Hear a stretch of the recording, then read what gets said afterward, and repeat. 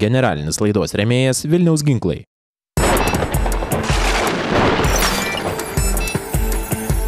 Elektra ne juokai.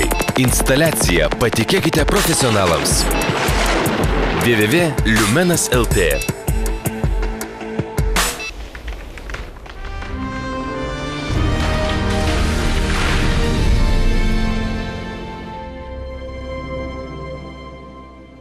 Sveiki.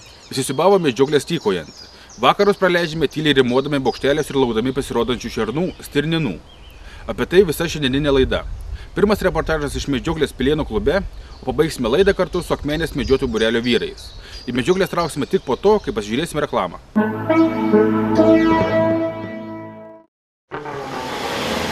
Apsaugos, gaisro aptikimo, vaizdo stebėjimo sistemų įrengimas, techninis aptarnavimas ir kitos paslaugos.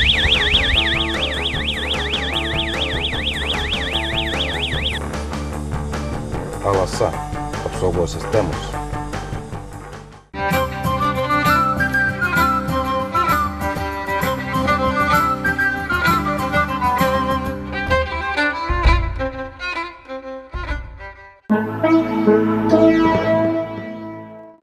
Vartant kiekvieno medžiotojų širdžiai mielus medžiotojus ir medžioklės žurnalus, užkliuvo frazė "karališka medžioklė".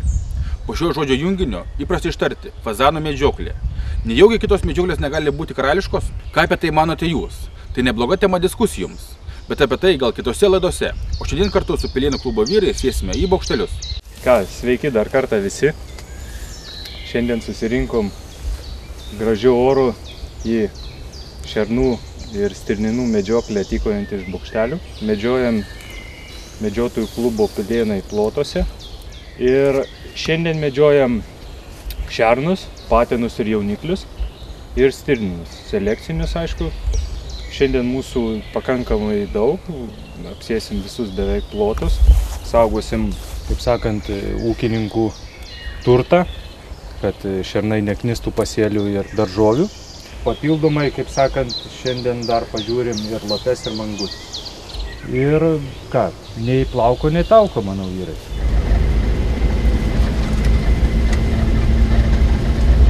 Šernai, kas pagrindė vaikšto?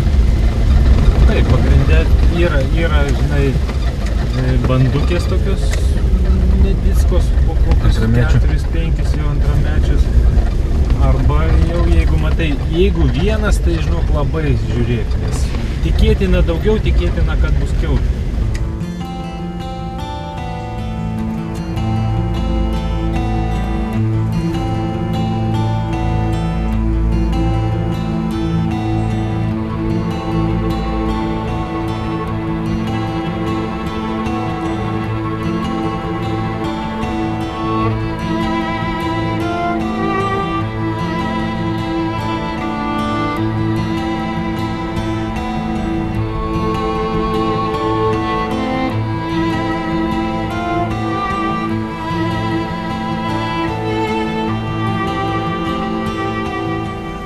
Šiandien atvykome į Kauno rajoną Pilėnų medžiotojų klubo plotus.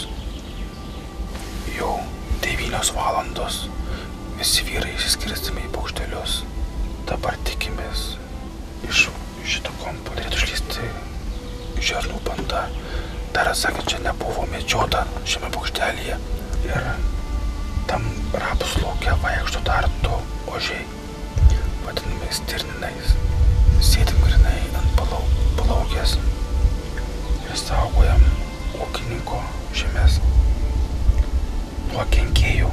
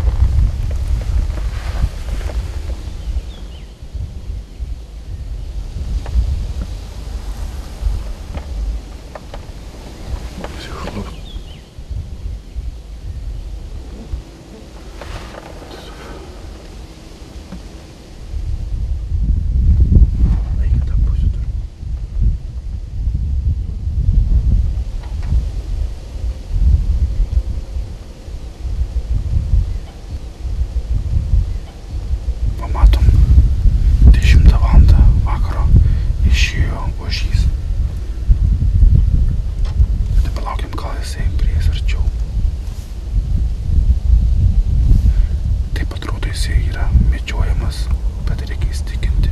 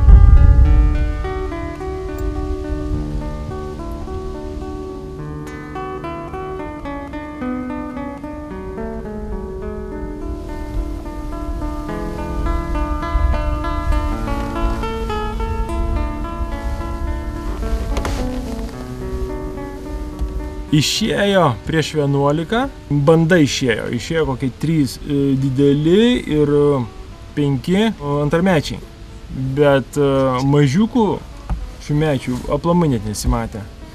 Bet jie sureagavo į mano judesį ir be sustojimo laukų nubėgo tolyn.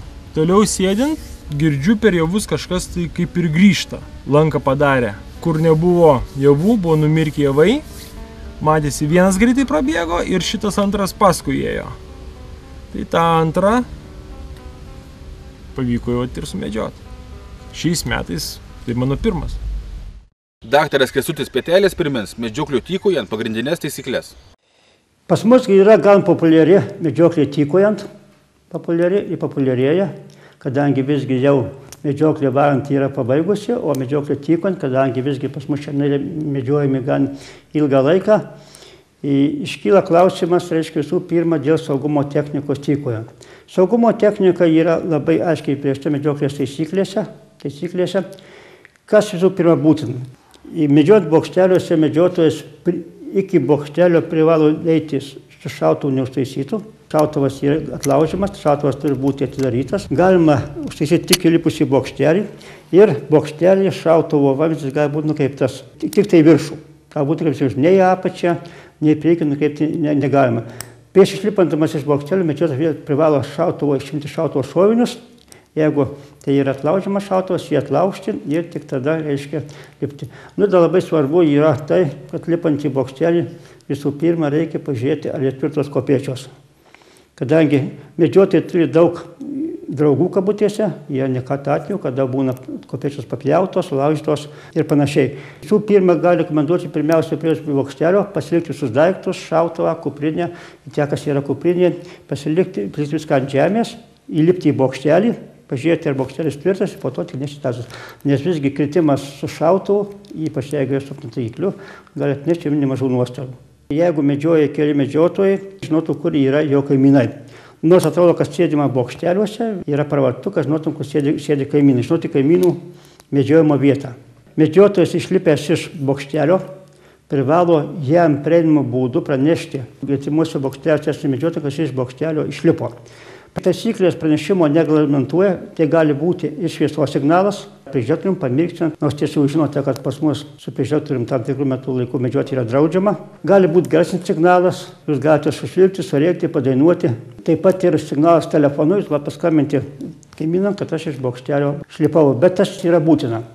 Yra kažkiek sudėtinga situacija, kuomet medžiotojas sėdėdamas bokštelį sužeidžia gyvūną.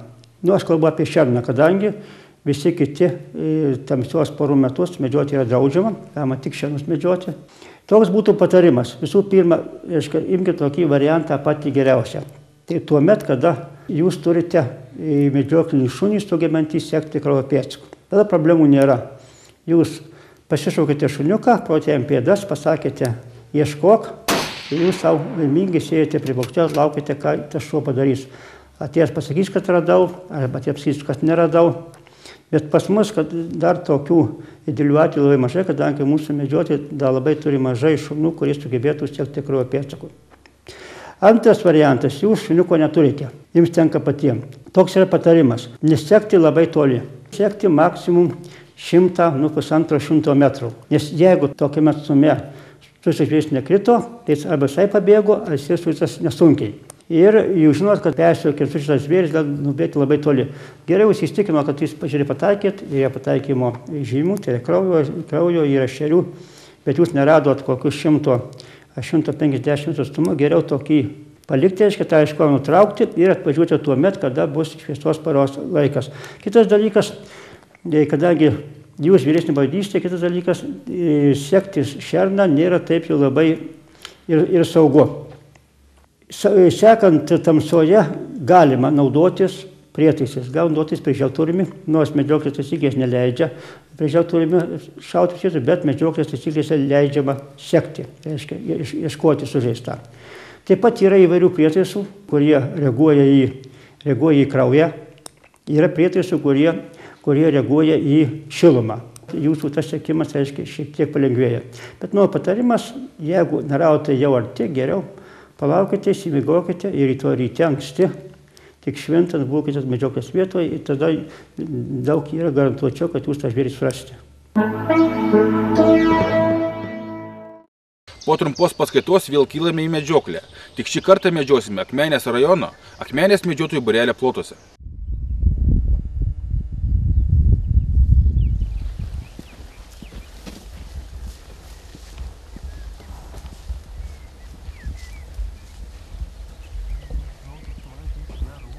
Šiandien atvykom į Akmenės būrelį plotus, esam Agluonos kaimo pogrupis, 12 medžiotojų, randamės netoli Kamanų rezervato, aplinkui miškai yra visur, čia Kamano buferinė zona, šėriklų nėra, laukai dar pakol kas atrodo normaliai, kur dar varpų nėra, kaip tik prasidės dabar varpos, jau prasideda, šernai pradės biškį siaupti.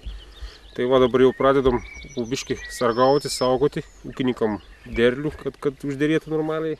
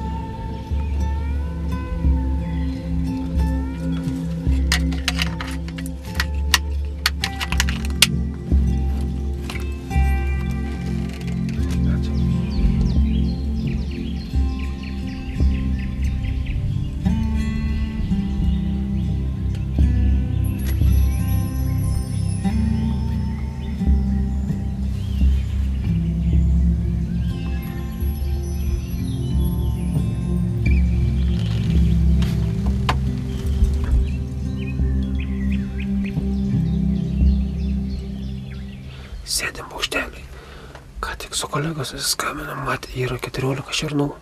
Sakė, 9 dideli šernai, nes ten gali būti motininės. Ir nedrįsta šauti, sako, laukia, kur išeis daugiau į palaukį. Kadangi įtarė, kad vaikai miškiai yra ir jos nesitraukia toli nuo miško, tai dabar laukiam, kas čia bus toliau. Sėdim dabar netoli Kamano, dabar yra kokie 300 metrų buferinė zona čia ant krašto.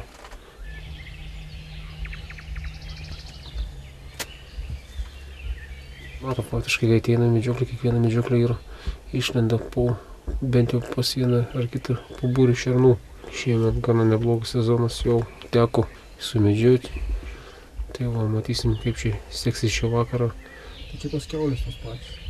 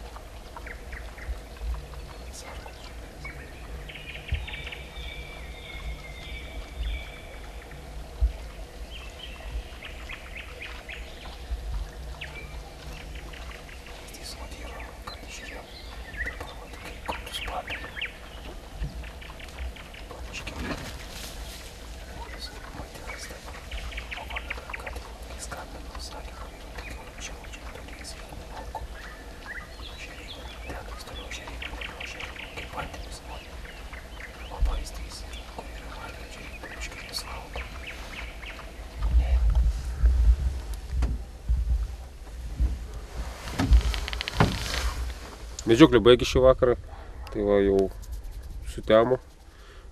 Faunas buvo, kaip matėm, kaip kalbėjom, irgi vat, buvo banda šernų atėjus ir vat, kaip pasiteisino tas dalykas, kai yra šeryklos. Kai vat, būtent pas kolegą, kai išlindo šernai, jis sakė, kad ten buvo kviečiuosi šernai, kadangi ten nebuvo šeryklos toj vietoj, tada po gero pusvalandžio pas mumis atėjo. Vat, ir vat, tas dalykas pasiteisino, kai yra šerykla.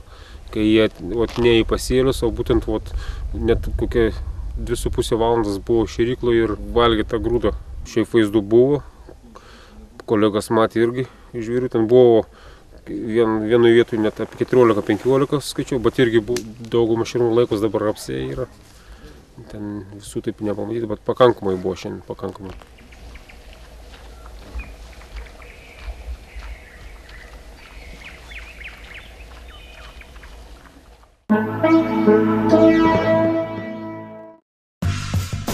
Parduotuvė Sava sodyba, Tilžės gatvė 99, prie senojo viaduko prekiauja Štil, Viking ir kita sodo technika. Ne tik prekiauja, bet ir atlieka garantinį ir po garantinį remontą.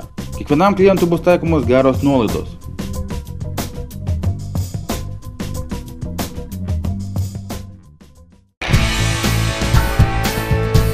Vežame keleivius nuo 8 iki 50 vietų komfortabiliais autobusais. Audio video, kondicionierius, keleivių draudimas. Nuomojame autobusus įvairiems pobūviams, medžiokliai ir žvejybai.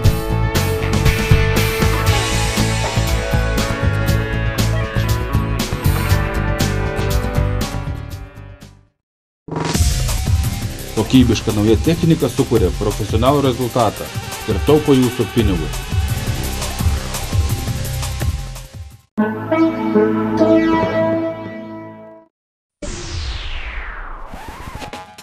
Tai ginklai, kurių laikui bėgant metalinių detalių nepakeitė plastmasė, o medis išliko aukščiausios kokybės riešuto. Vamzdis dengtas juodu chromu suteikia šautuvui ypatingą atsparumą drėgmei ir ilgamžiškumą. Laukiame jūsų Vilniaus ginklų parduotuvėse. Sveiki medžiotojai! Noriu Jums pristatyti išskirtinį ir labai viliojantį Vilniaus ginklų pasiūlymą. Tai yra pneumatinis šautuvas su optika. Ir visa tai tik 130 litų.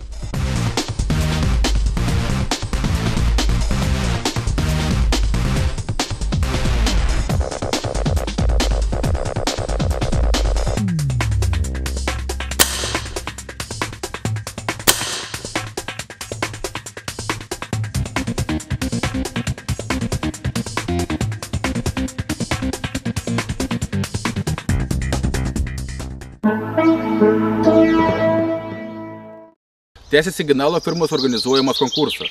Nuotraukas, kuriuose užfiksuotos įdomios akimirkos medžioklėje, gamtoje, galite siųsti iki gruodžio mėnesio 21 dienos. Vertinamos tik natūralios, tai yra kompiuterinėmis programomis neapdorotos, bet kokybiškos nuotraukos. O per kalėdas sužinosime, kas taps Štil firmos pjūklų savininku. Šiandien tiek, kaip visada noriu palinkėti jums nei plauko, nei tauko. Susimatysime po savaitės. Iki.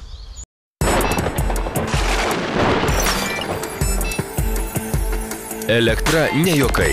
Instaliacija patikėkite profesionalams. www.lumenas.lt.